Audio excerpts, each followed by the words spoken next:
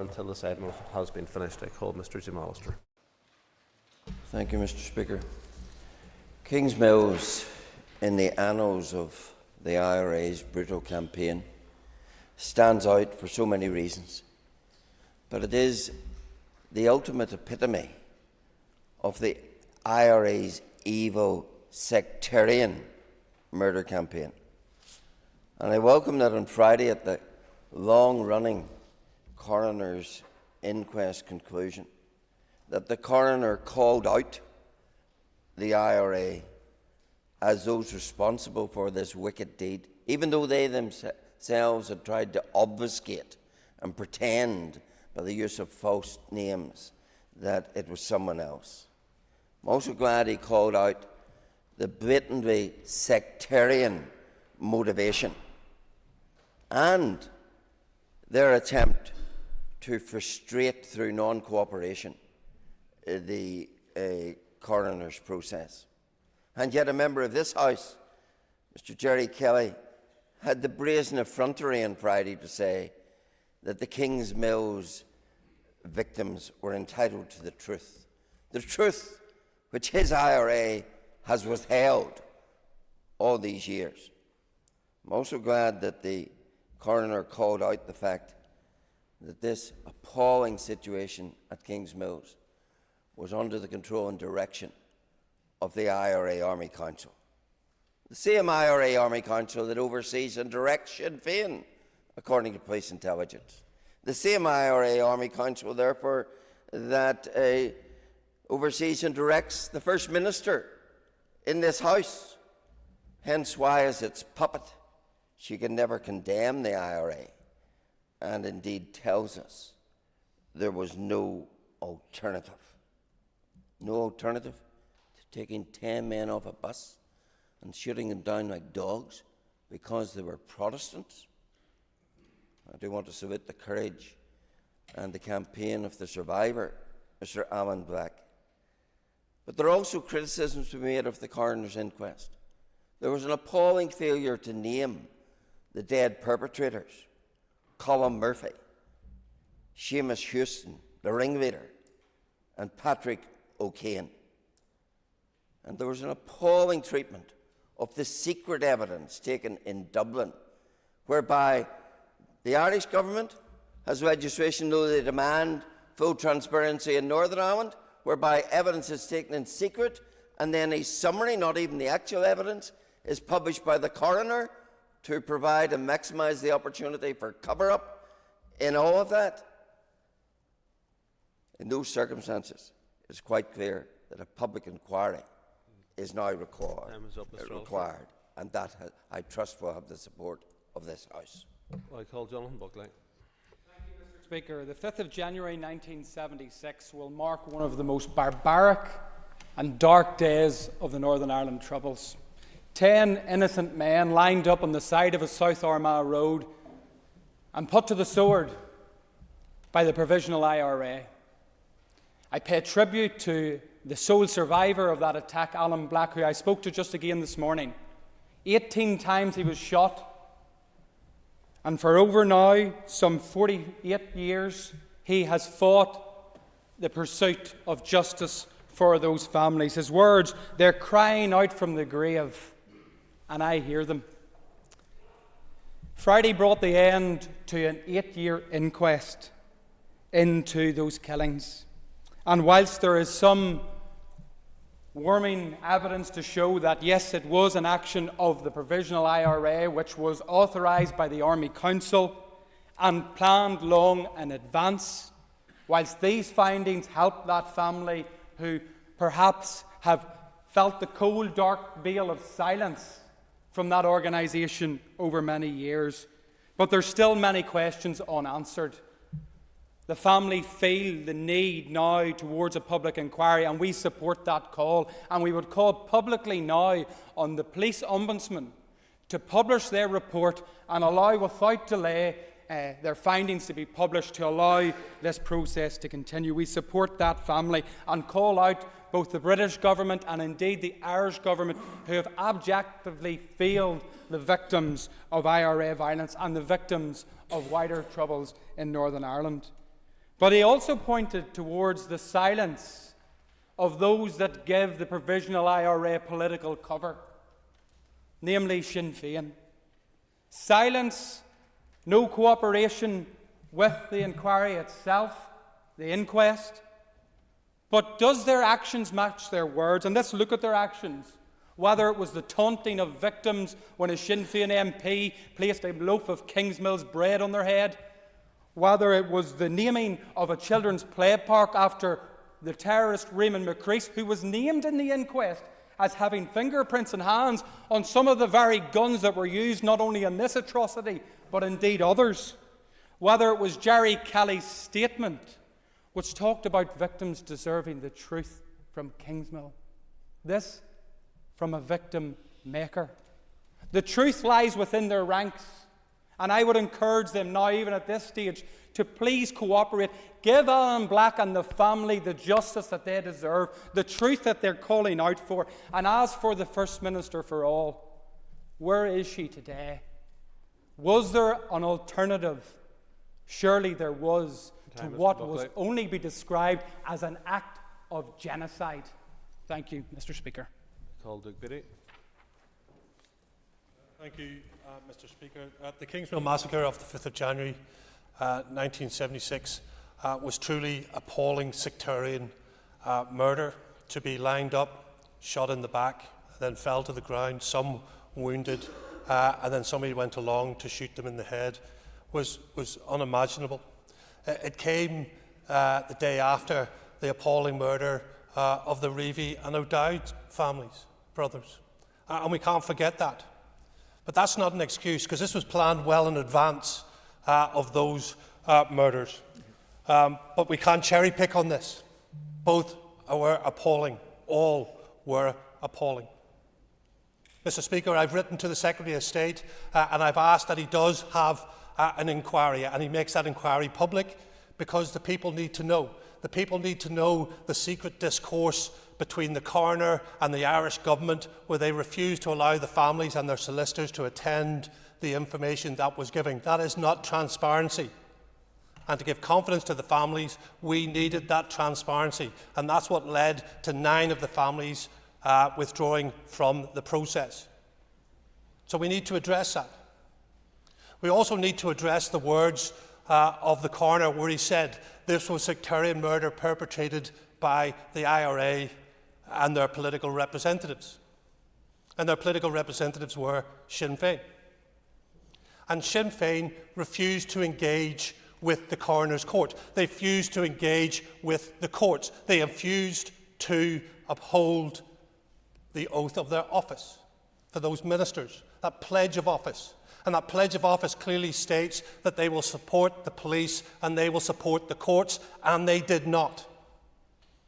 And where some have said this is the time for an apology, and I'm a person who says you give an apology and then it's up to the victims and others from wider society to decide whether or not they accept that apology. But the reality is this: apology would be hollow. And here's why it's hollow: because you cannot spend 10 years failing to engage with a process to give information to the victims and families and then apologise afterwards.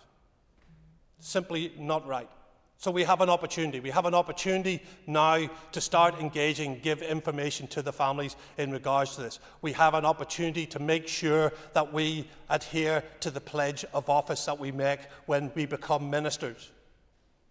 If you don't do it, it's purely words. And words is absolutely no basis for government. So I'd ask them all to reflect on that, and I've also written to the Justice Minister to ask for her adjudication on that particular issue. Thank you, Mr. Speaker. I call Linda Dillon. Thank you, Mr. Speaker. I want to begin by saying I am sorry for the lives lost at Kingsmill and for the loss of the O'Dowd and Reevy families, as referred to by Doug Beattie, during that awful time, and for all of the families who have lost loved ones in the conflict. The Kingsmill families are entitled to truth and to justice. A number of inquests in recent weeks involving families, including Kingsmill, Sean Brown's family, Fergal McCusker, Seamus Dillon and Cope, have clearly pointed to the need to tackle the legacy of the past to meet the needs of families. In 2014, the two governments and the main Assembly parties signed up to the Stormont House Agreement, which included mechanisms to ensure families can access truth and justice. The British Government should repeal its Shameful Legacy Act and implement the Stormont House Agreement. Over a number of years, I have met with many families who have lost people they loved and they still love, right across the political spectrum, killed by people from all backgrounds. And for all of those families, without exception, they deserve to have the truth, they deserve to have justice, and they deserve to have peace in their lives. I call Nuala McAllister. Speaker, I rise today to not only mark what has passed at the end of last week, but also to mark what was an abhorrent and disgusting and shameful action by the IRA on the 5th of January 1976. Most importantly, today I would like to pay tribute to the sole survivor and the families of those who perished in the Kingsmill massacre. I learned about this massacre as a young adult. Having not heard about it until my late teens, I could not believe that this actually took place. It is shameful, another shameful reminder of the actions of the IRA and the brutality of sectarianism of our past. It is very unfortunate that we remain in circumstances where families and the sole survivor are not happy and still searching for truth and justice.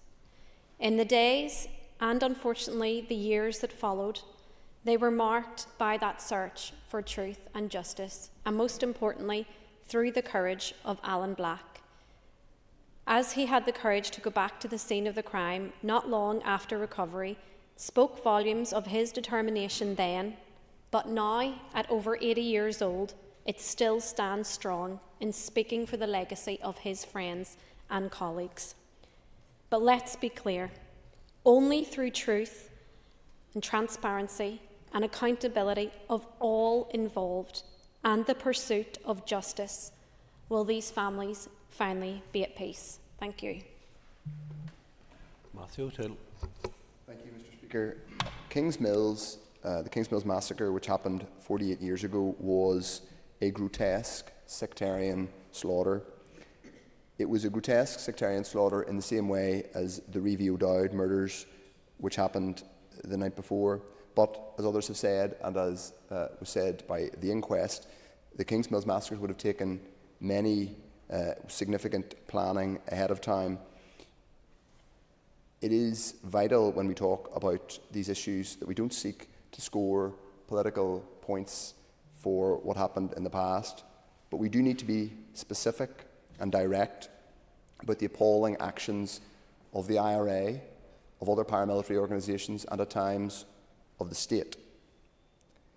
I want, as others have done, to pay tribute to the dignity and courage of Alan Black, a man now over 80 and not in the best of health, who has been a voice for decency and for truth for now more than half a century.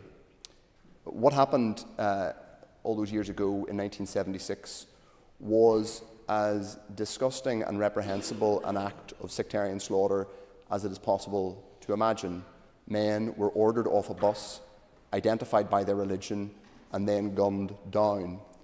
That has not only been exacerbated by the absence of truth and justice for half a century since, it's been exacerbated by the fact that, in plain language, the IRA, the organisation that everyone knows to have been responsible for this outrage, has never formally acknowledged that it was responsible.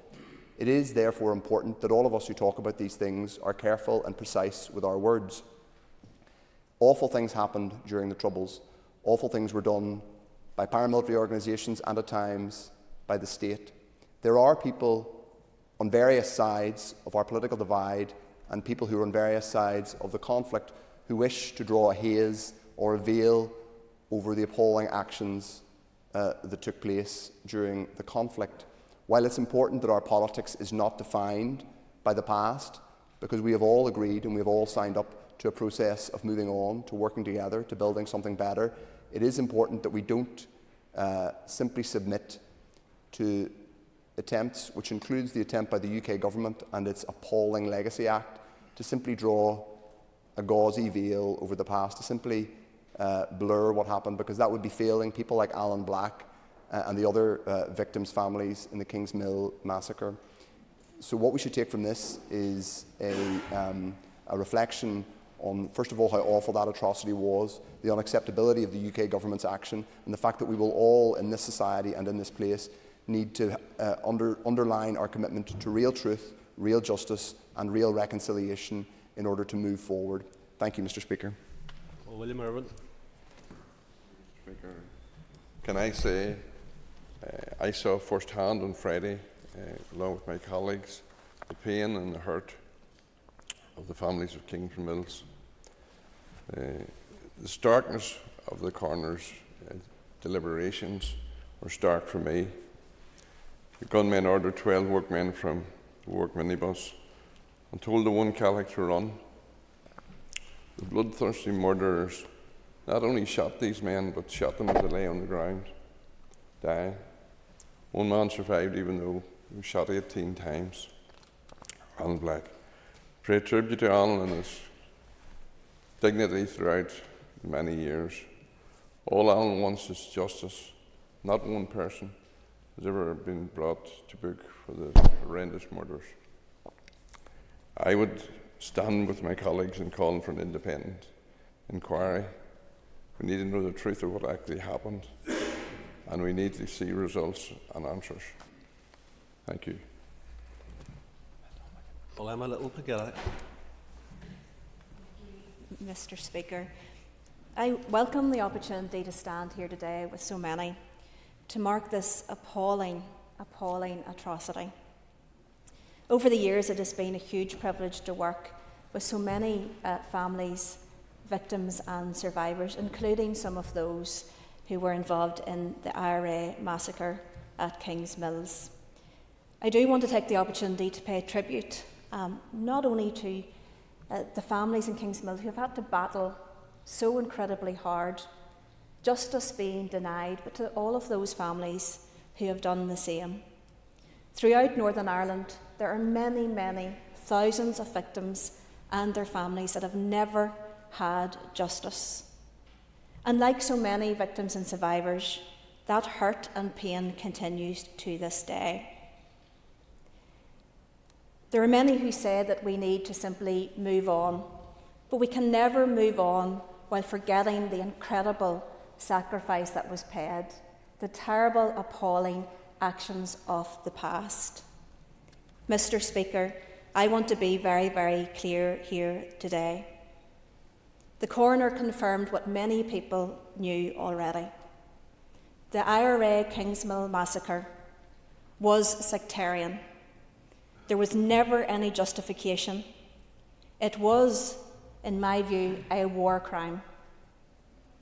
Terrorism was always wrong, and there was always an alternative. Justin McNulty. The Kingsmill massacre was a brutally designed act with the sole objective of slaughtering totally innocent human beings for obscene motives. There is no justification, none whatsoever, in trying to justify what happened on the side of the South Armagh Road side that night. The cruelty of that night has been permanently etched into the very soul and fabric of the community I represent. I am sick, sore and tired of the sickening triumphalism that comes courtesy of the so-called commemorative events carefully orchestrated by those who try to make murderers into martyrs for political advantage. There are those in this place that would prefer to try and forget that their political philosophy provided the cornerstone for the delivery of that terrible cruelty that shattered so many lives. Until Sinn Féin's leadership and representatives and their representatives are prepared to accept their responsibility for its direct role in the savagery and butchery of Kingsmill, and indeed there's so many other atrocities across these islands, nothing will change. Nothing will change the pain so many souls have to live with every single day. Not in my name. There was always an alternative. I want to pay a tribute to Alan Black.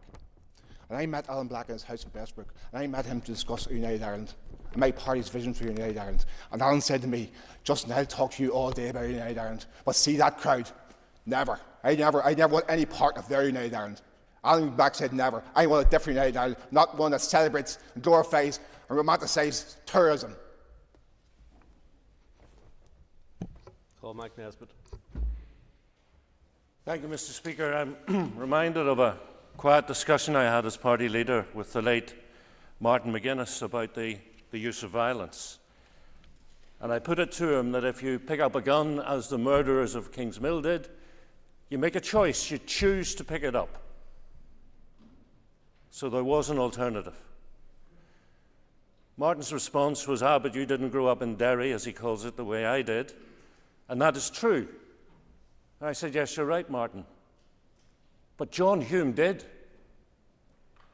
John Hume, the only man on this planet to be awarded the Martin Luther King Peace Prize, the Gandhi Peace Prize, and the Nobel Peace Prize. He made a choice to pursue non-violent means.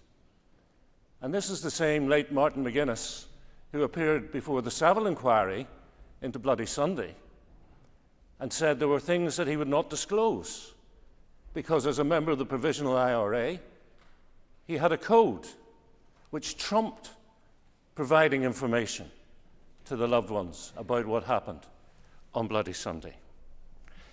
And that reminds me about the Smithick Tribunal in the Republic into the murders of the two RUC men, Harry Breen and Bob Buchanan. Justice Smithick was very clear in his conclusions. The IRA engaged on their own terms.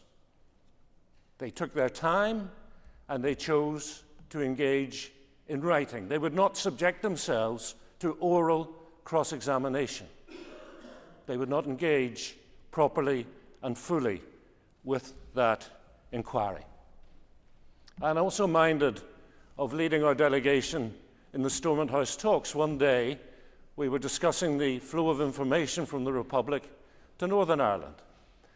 And an official from the Department of Justice in Dublin, who only appeared once, I asked him about the flow of intelligence because the Irish government were very keen to say information will come from the Garda Commissioner unredacted to the Chief Constable of the Police Service. My question was, but if it was coming from G2, the Irish Army's intelligence unit, to the Garda Commissioner, could the head of G2 redact it before it got to the Irish police? And he said, yes, he could. The head of G2 could redact before it got into that information flow. And that was the last time that gentleman was allowed to take part in the Stormont House talks. So what I am saying, Mr. Speaker, two things. There was an alternative. Of course there was an alternative to choosing to pick up a gun. And we have a duty which is unfulfilled as yet to deliver full truth and justice to the victims. Thank you, members. The next item on the order paper is member statements. If members wish to be called to make a statement, they should be rising in their places. And those members who wish to be called will have up to 3 minutes to make their statement. I remind members that interventions are not permitted.